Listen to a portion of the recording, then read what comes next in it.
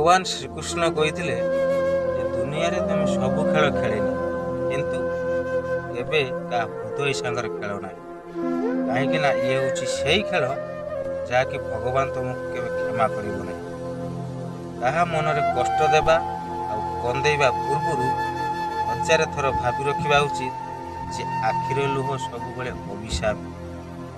ଇଏ ହେଉଛି ଉପରବାଲାର ବିଚାର। ତମେ ଯଦି ଆଜି କାହାକୁ କନ୍ଦେଇଥାଅ ତାହେଲେ ମନେ ରଖ, ନିଶ୍ଚିନ୍ତ ଦିନେ ନା ଦିନେ ତମେ କାନ୍ଦିବ। ତମେ ଯାହା ସାଙ୍ଗରେ ସମ୍ପର୍କ ରଖୁଛ ସେତିକି ରଖ ଯେତିକି ତମର ଦରକାର, ଯେତିକି ତମର ଆବଶ୍ୟକ।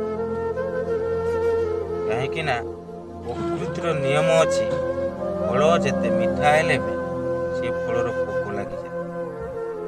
ଭଜନର ମୂଲ୍ୟ ଭୋକରେ ଥିବା ମଣିଷ ହିଁ ବୁଝିପାରେ, ଆଉ ଈଶ୍ୱରଙ୍କର ମୂଲ୍ୟ